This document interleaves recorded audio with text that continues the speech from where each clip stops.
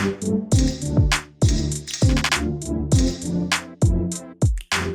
everyone. I'm Sandra Levy. I'm Senior Editor of Drugstore News.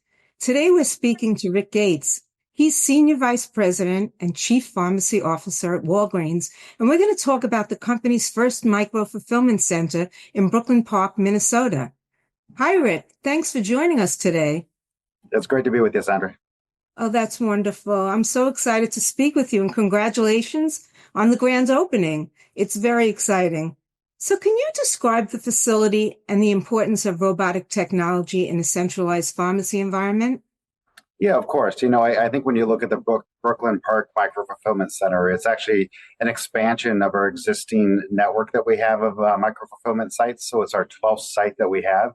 And it is truly using innovative technology to really pull forward and do services on behalf of our stores. And that comes back to prescription fulfillment. So when you think about the use of technology and innovation, it's really helping us ultimately free up time for our pharmacists and technicians in our stores to give them time to be more patient facing and obviously do more things like vaccinations and other types of things. Can you describe the importance of robotic technology in a pharmacy environment in general, not just at that center, but how you see it in the industry as a whole? Yeah, I've been in pharmacy now for nearly 30 years, and I can tell you back when I started, there was a lot of focus on putting automation in store to make it more efficient for our in-store employees. But ultimately, we have to think about how do we support stores from centralized sites, because you're ultimately taking out up to 40% of the script fulfillment that's happening in those sites to free up time to really do things that are higher impact to improve outcomes and do things on behalf of patients. So I do think that the lean forward in automation and technology is going to be really critical. It's not just MFC sites. We have centralized service sites that support them as well. We have to think about digital channels and ways that we can support patients as well. I think you're going to see us lean forward in a lot of innovation and automation. Excellent.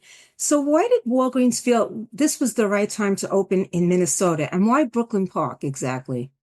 Yeah, so as you look at Brooklyn Park and you look at actual expansion of our micro-fulfillment sites, we paused it back in 2023 because we weren't actually getting the experience for our team members and experience for our customers, quite honestly, the way that we wanted to. And so we did pause to really make enhancements. We listened very deeply to our team members and customers to say what they liked and what they didn't like.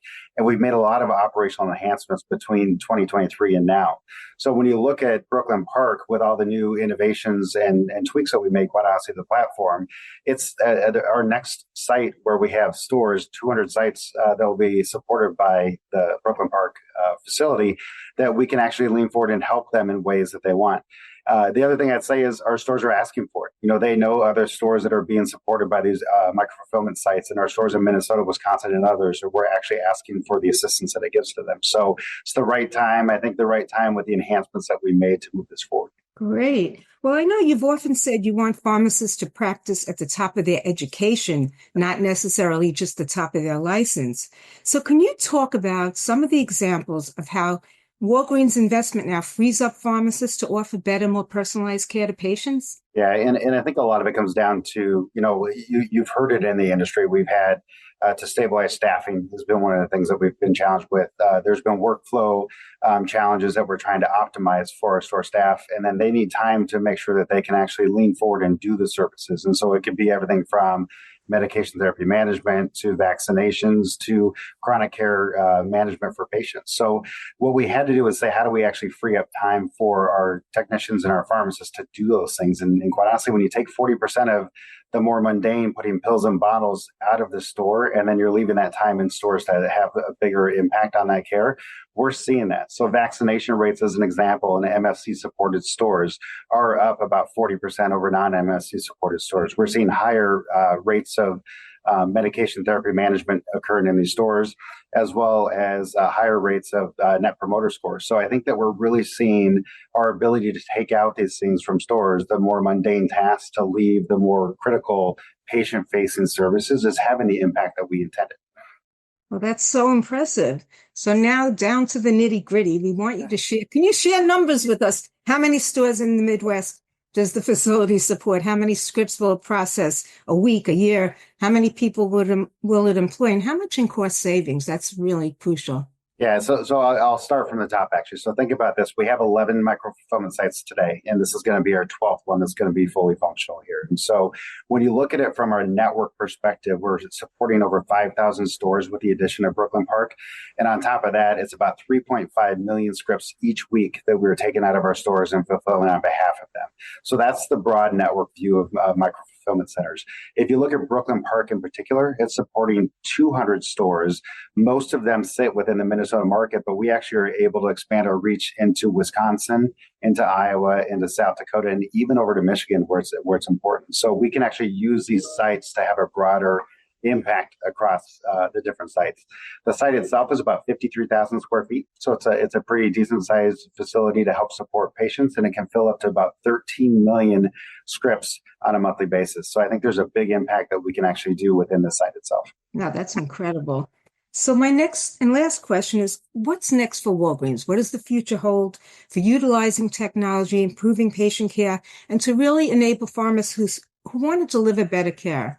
Yeah, and I think that's the right question. I think when you look at what we're trying to do is we're making investments that are going to have the biggest impact to patient care, but also the biggest impact for our team members in our stores. So that's an omni-channel view of how you look at it. Micro-fulfillment centers are just one part of those investments to help us really do that. So I talked about centralized services. How do we take phone calls out of stores? How do we actually do data entry, data review on behalf of stores? We do that through centralized services. We do fulfillment through our micro-fulfillment centers. And then you have to look at the digital and omni-channel side of it as well. So our investments in our digital platforms, digital check-in, new ways that we are enabling kind of that interaction between pharmacists and their consumers on a daily basis. I think it's going to really pivot the way that consumers look at Walgreens in particular, and it's going to free up more time to really have that impact one-on-one with the consumer, understanding when they're new to therapy as an example, how do you get them on therapy and keep them on therapy? Because ultimately that will improve outcomes, which is what we're trying to do. I'm a pharmacist. I know, Sandra, we've talked before, but 30 years in, what I'm excited about is we are changing the actual ecosystem in a way that we haven't over 30 years ago. And so I think the impact we can have is really magnificent. Well, that's wonderful. I really appreciate you taking your valuable time and sharing these insights with us. And we hope you'll come back and share more as things progress and go forward in improving patient care. Absolutely, will do. Thank you. Thank you.